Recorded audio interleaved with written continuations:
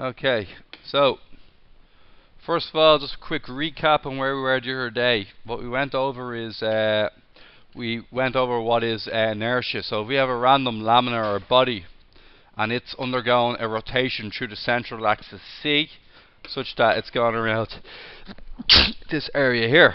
So if you don't mind, I'm just going to take, oh, it's already grouped together. Okay, so what's happening there is that it'll go around C. If C is roughly dead center, which I'm hoping it is, you can see that it'll just rotate around there. Is that okay?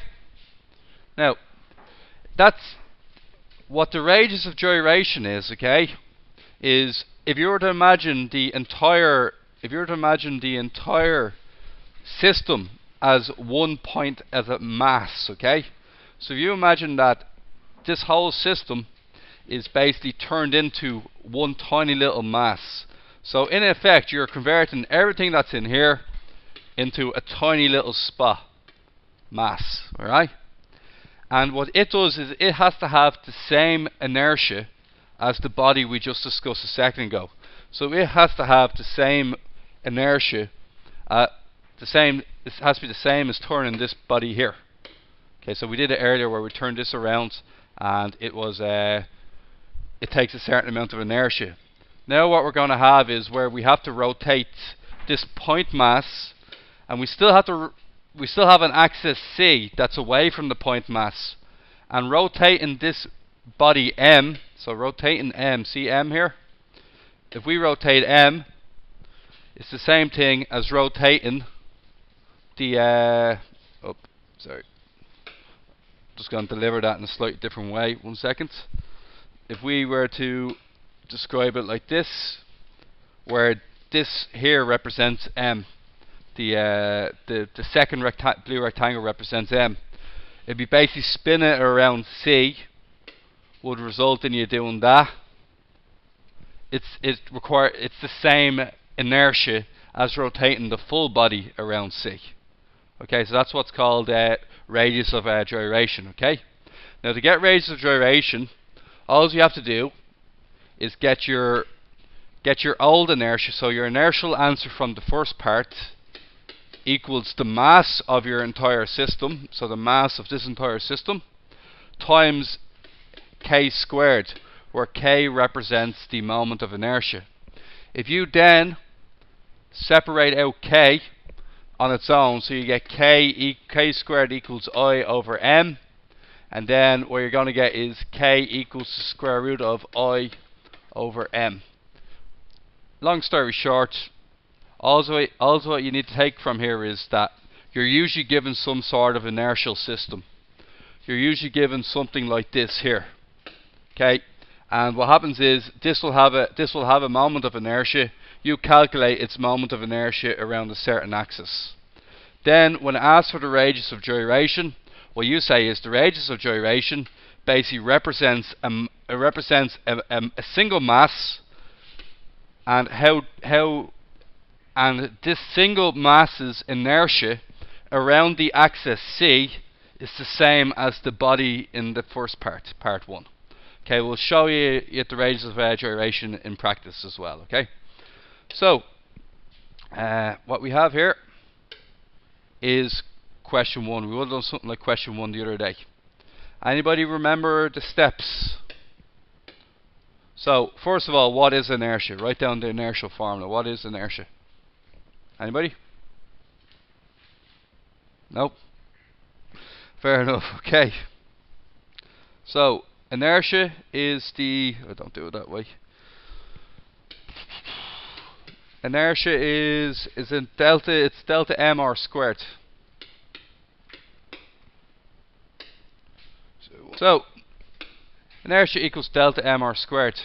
What we also said is that you have to sum up each of the individual parts of any given body. Okay. So what we have here is a rod. Okay, and the rod is this part here. That's the rod. Okay, and the rod is of mass m and length 2l. It's rotating about an axis through its endpoint. Through its endpoint, going into the board. Does that make sense? So what way is it actually rotating? It's actually going to be rotating somewhat like this. Okay, we have to calculate the inertia of that, as opposed to when it's rotating around its center. Okay, it's rotating around its end this time. Okay, so it takes more effort because a lot of the mass is away from the spinning axis. Okay, so what we're going to do next is we define rho. Anybody remember what rho is? Rho for a one-dimensional object like a rod. Rod in theory is one-dimensional. Okay, so rho equals mass per unit length. Okay, and what is the mass per unit length, guys? So what's the mass of my rod? Huh? M. So it's mass over length. So it's M divided by 2L. So 2 rho L equals M. Everybody happy enough with that? Okay. Now, what is the next part here? We've done this the last day actually. But okay, yeah, we have to get the remember we're going to do integration, and we have to set the upper limit and the lower limit. So what's the upper limit and lower limit for this one? 0 to 2L. Okay, so when we integrate 0 to 2L. Okay, so the inertia equals the and I also haven't drawn in my delta m dx yet. So we use delta m to represent the point mass that's away from the we use delta m to represent a body, a small part of the rod. It's located a distance x from the turning axis. Okay, and what did I say about its width or its length? Sorry? Delta x. Very small, but it's represented by delta x. So when you zoom in on this piece of rod, that's delta m. Its width is delta x. Okay? And what does that make the mass of it then? What does that make delta m? Delta m is your rho value times what? Rho value times delta x. Is that right? Because we can't integrate with respect to delta m. We have to integrate with respect to delta x. Okay? So what we're going to get is E delta m is rho delta x. What's r squared, guys? Anybody remember r squared? What is r defined as? Your distance away from the rotational axis. How far is my point mass away from the rotational axis? R equals x. So that makes it x squared. In turn makes this whole system rho x squared delta x. What does delta x turn into when you're talking about integration? Turns to dx. Okay? Turns to dx. Now after that, integrate. And we get 1/3 rho x cubed from 2L to 0. Plug in your 2L. 1/3, I'm going to leave rho 2L to be cubed, which is 8 over 3 rho L cubed. We want to get rid of the rho. How do you get rid of rho? Anybody? Anybody remember how to get rid of rho? It's up here.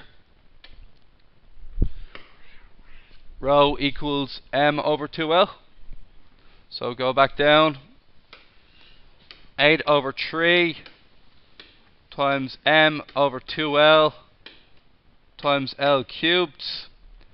It's going to be 4 over 3 ml squared. The moment of inertia of a rod held at one end is 4 over 3 ml squared. Any questions?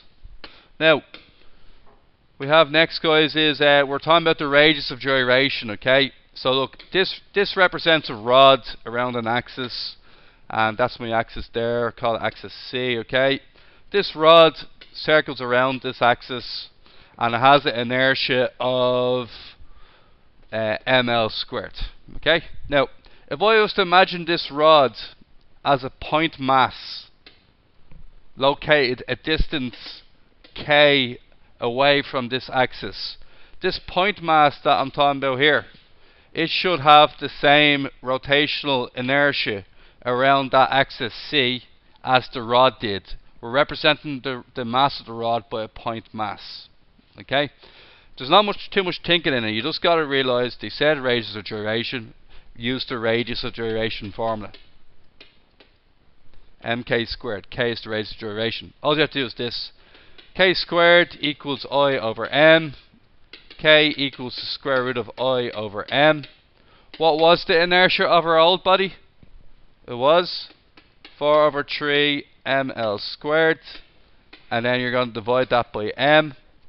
And what we're going to get is we're going to have to get the square root of 4 over 3 L squared. You can write that as 2L over root 3 if you want, but that's the answer. That's your radius of gyration. You're not really asked to expand much on the radius of gyration, you're just asked to get it. Okay? We'll try another one. 2 dimensions this time, and we'll see what happens. Okay.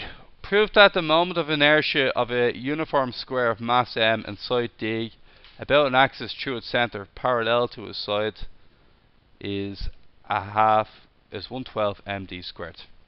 It's talking about this, guys. It's talking about a flip. You're not talking this here.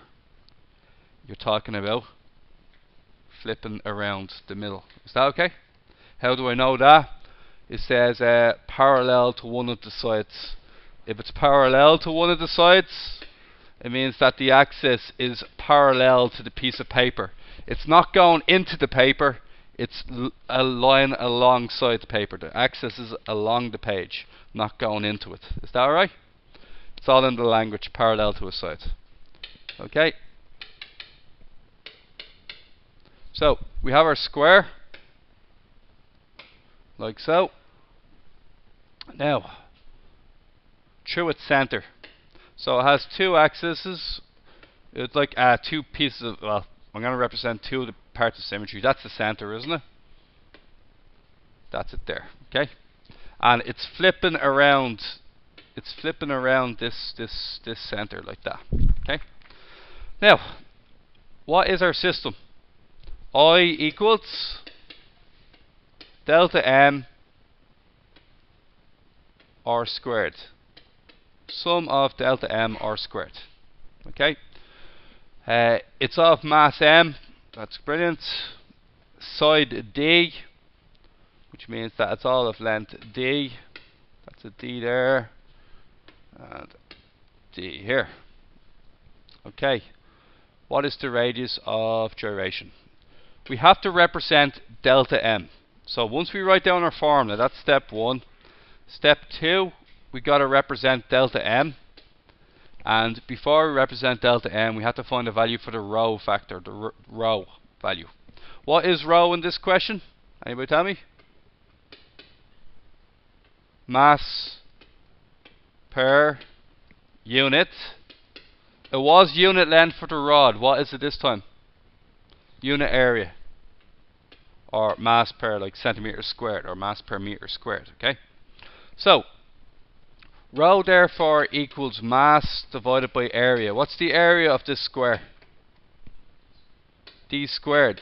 So it's going to be m over d squared. Everybody happy with that? Next thing we're going to do is going to represent a small, tiny piece of the, I'll use a different color. Use some blue. I'm representing this blue line here. Represents a tiny part of the full, it represents a delta m, it represents a sample of the mass of the full object. This is in the shape of a rectangle, like so. Okay, first of all, what's its width? Its width is what, guys? delta x. So its width is delta x. What's its length? Its length? D. Brilliant. Its length is d. Its width is delta x. What's its mass? Its mass? Delta m. Now, delta m is its mass per unit area multiplied by its area. That's how you get its mass. Mass per unit area multiplied by area. So you're going to multiply rho by its area. What is the area of that? Delta x times d. So it'll be rho d delta x. Okay, we go back here, and I'll just store that rho equals m over d squared. Just keep that stored there for a minute. Up here. Now we're at the stage where we're setting up. We're going to say I equals sum of. We're going to change delta m into what? Rho d delta x. Okay. Now we have to integrate this. This is going to be tough integration. Can anybody tell me the limits here? Oh, the r squared is it's a distance x away. We don't consider the outside distance. Why not? The width of it is infinitesimally small, hence the process of integration. So what we say is that it's rho d delta x. That's your delta m done. Yeah. What I have left out is the r squared, which I need to put in here. The r squared will be x squared. Okay, I'll just get rid of those circles for a minute. Just make things really confusing. Okay. So I therefore equals rho d x squared. Yeah. We're going to change that into what? Dx, because we're now doing integration. Now here's the tricky part. What's my limits? Anybody know my limits? Plus a half d, because the whole thing is d, which means d over 2 to the right and minus d over 2 to the left. If it's to the left of the axis, it's negative. If it's to the right of the axis, it's positive. That means a d over 2 here and a minus d over 2 down there. Everybody happy enough with that? Okay, what happens next then? We're going to integrate it, and we're going to get rho d x cubed all over 3, yeah? And we're going to get that from d over 2 to minus d over 2. Now, just while I'm here, I might as well just say x cubed. If it's d over 2, it will be d cubed over 8. If it's minus d over 2, it will be minus d cubed over 8. Everybody happy enough with that? I'm just squaring d over 2 and minus d over 2. So what I'm going to get is this. I'm going to get rho d over 3 times d cubed over 8. And then I'm going to get minus rho d over 3 minus d cubed over 8. Now the two of them are going to add together, aren't they? Common denominator of 24. It's definitely rho d4. Yeah. Now what is my, it's oh here. It's a 24th plus a 24th, isn't it? So plus rho d4 over 24. That makes 2 rho d4 over 24, which is rho d4 over 12. Now, I'm miles off the, what am I after? 1/12 md squared? Don't seem to be anywhere near that, but is there something I can do about that? This guy here, bringing them down. There we are. We're going to change our. We're going to change m equals rho d squared. So take out a rho d squared. So that equals rho d squared multiplied by d squared all over 12, which is md squared all over 12, and that's your moment of inertia right there. Okay, stop it here for a second. Next thing after that is we're now asked for the radius of gyration. What is the radius of gyration? Very easy question. You just write down I equals mk squared. K therefore is equal to square root of I over m. So all you have to do is use your last answer. K equals the square root of md squared over 12 divided by m.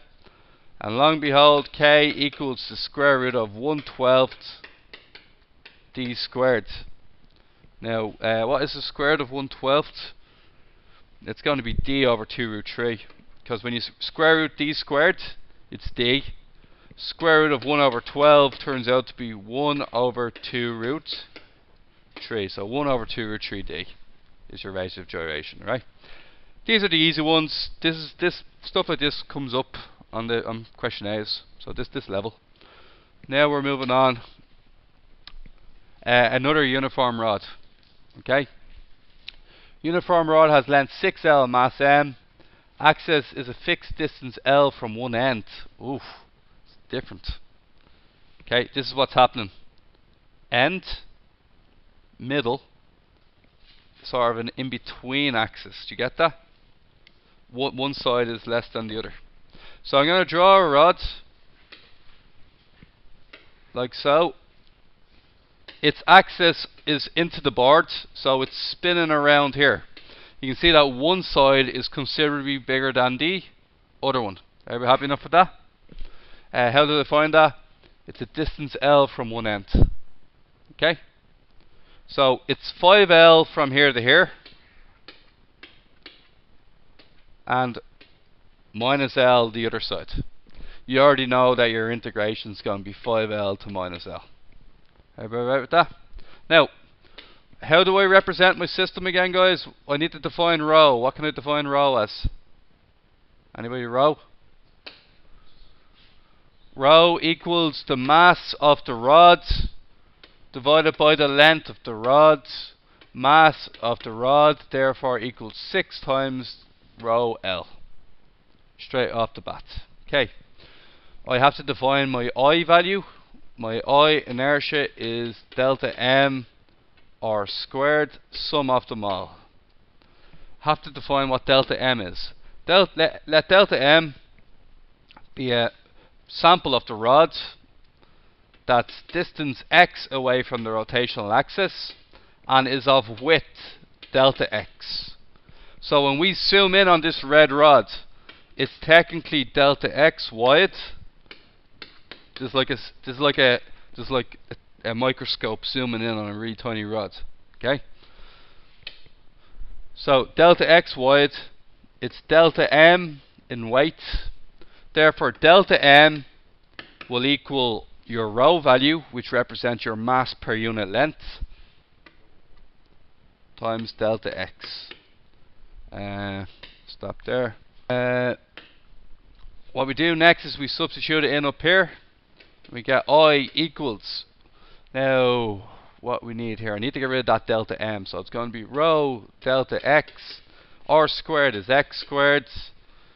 And then that's still sum of. Next step after that, integrate from 5L to minus L. Call it rho x squared. Change that delta x into dx. And now you're nearly done.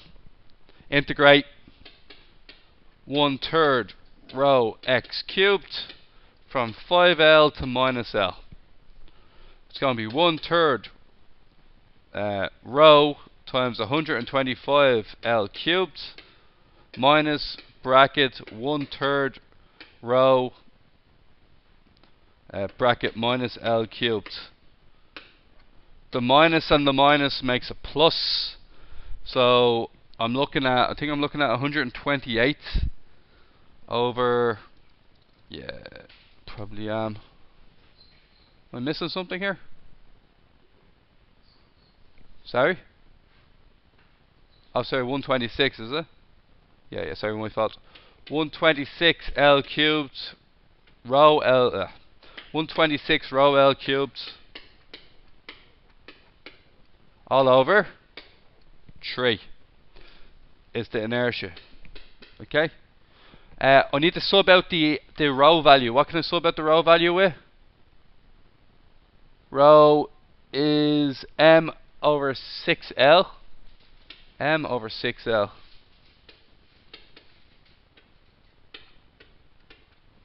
Therefore, m equals 6 row l. Ugh. Okay, this is going to be difficult. Is it? That'd make things easier, wouldn't it? So we're gonna take a 6 row L then. 42. Oh, sorry.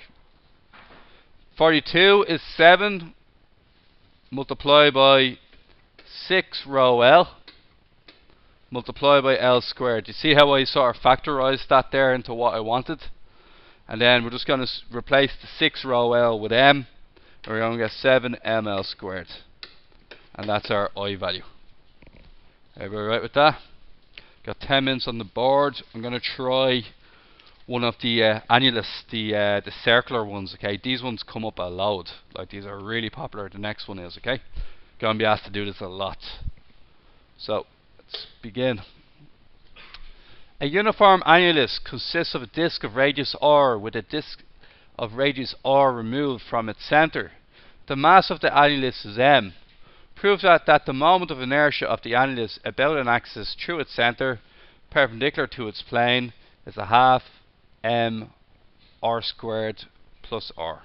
Okay, so I'm going to set the center of the axis here. Then I'm going to just quickly draw two of these really quickly. Oh, you didn't. What is it? It's big R and smaller. Okay. Okay. So that's big R and small R done there. Okay. Now, the part in the middle is removed. Is that right? So what we're gonna get is this here small r, this here big R.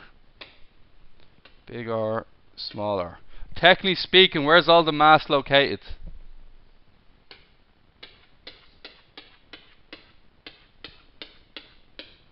That's where your mass is located. Everybody happy with that? Because the center is removed. Now, instantly when you have a system like this, I'm going to take you right to the integral part. It's the bigger one on the top, the smaller one on the bottom. Because it only exists between small r to big R. That's where all your mass is located. Okay. Now, once we've done that, going to do next is going to concentrate on what we did last time. I'm now going to represent a tiny ring, a tiny red ring. Okay, I'll see. I need this actually. As it turns out, I need it back. Okay, and put it here. Going to change it to red. Going to stretch it out, and I'm going to represent this little region here. And then I'll just do a smidgen more. Okay. So does everybody see that little red region there? That represents my point mass delta m. Okay? So what we have here is we have to find out the inertia, okay? Inertia is the sum of delta m r squared. Now, delta m is this red region in here. Okay? And this red region here is actually, it's technically represented by something like this, where the outside edge, its area would be represented by that, where its outside edge belongs to a bigger circle than its inside edge. What did I tell you the other day though? It's so narrow, this delta x distance is so narrow that it results in them basically being a rectangle. Is that okay? So it's a rectangle. The next thing you need to know, so I have to represent delta m, and it's represented by a rectangle. Okay? Now, its distance across is delta x. Its distance away from the axis of rotation. The axis of rotation is going into the board, like threading a CD around a pen, spinning around, okay? Like that, going through the center. So what happens here is how far away from the central axis is it? We call this distance x. Is that okay? Distance x. Now, what we haven't established at all is what is our rho value? What is our rho value? It's area. So what's area, guys? When you're talking about rho, what's area? Huh? Rho equals mass divided by area. Now, the area of this one's a weird one, isn't it? Remember I shaded it in blue earlier? It's the big circle, take away the small circle is the area. So, technically the area is going to be, the area is pi big R squared minus pi small r squared all over m. That's rho right there. Okay? And what we're going to have here, so I'll just stick with it for 1 second. Okay, so where is delta m again? So that's rho. Sorry? What, delta m, yeah? No. Okay, delta m is this here. It's, can anybody tell me what length this is going to be? No, x is the distance it's away. It's actually, x is its radius. It's the circumference. Do you know when you unravel that and you turn it into a straight line? That's what that length there is. It's the circumference. So it's 2 pi x. Is that okay? 2 pi x. And we said earlier that it's 2 pi x on both sides because that delta x is so narrow. Everybody cool with that? Now, we're looking for delta m equals rho times area. Okay, our rho value is actually quite a complicated one this time.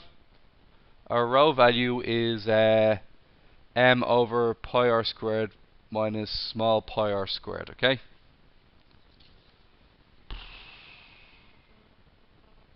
The pi's cancel, and then we have to do a switch. Okay. Did this the other day. It's actually quite hard unless you've practiced it recently. Now, rho a. My rho value is this thing here. I'm going to factorize that. So it's m over pi brackets r squared minus small r squared. Everybody happy? I just factorized the rho value. What's the area? What do we say the area A is? The area of this here. 2 pi x delta x. Delta x, okay? Now, I still have to convert this into the sum formula, okay? So, I ends up to be delta m. What do we say delta m was? Delta m is delta m is all of this in here already. Okay, so we got to put all of this right in straight away. So I equals the sum of delta m, which is m over pi times r squared minus another r squared. 2 pi x delta x. So what's that delta x going to turn into when I start integrating? Dx. We'll turn that straight into dx. We'll keep the 2 and the pi in front of the m. Now what happens to the pi's? Pi's will cancel.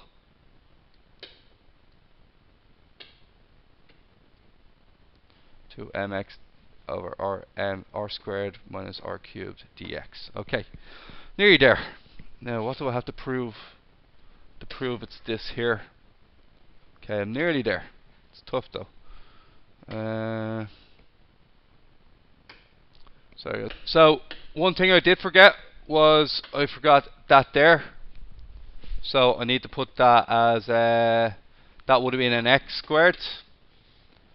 And when we multiplied that x squared it get multiplied with that x there to form x cubed. Is that okay, guys?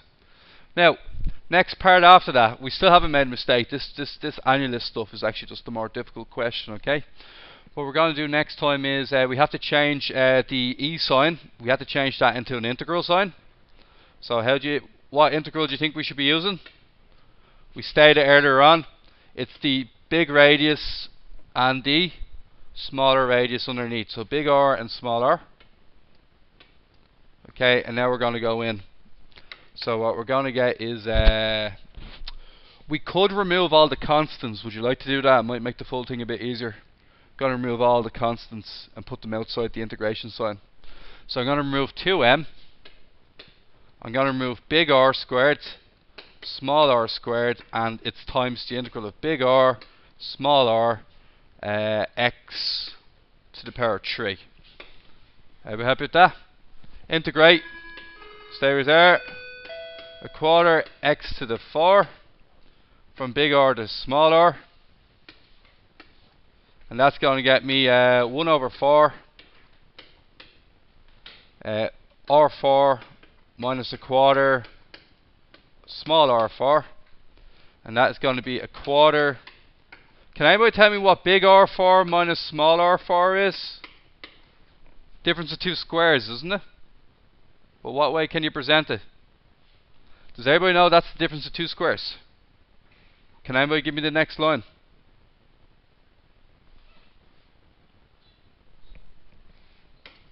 A quarter r squared plus small r squared bracket r squared minus small r squared. That part there. Everybody right with that? Now, I then have to interact that with this part on the outside. My 2m small r squared minus r squared. Bring that down beside it. Okay. Now, what cancels with what, guys? Anything cancel? Huh?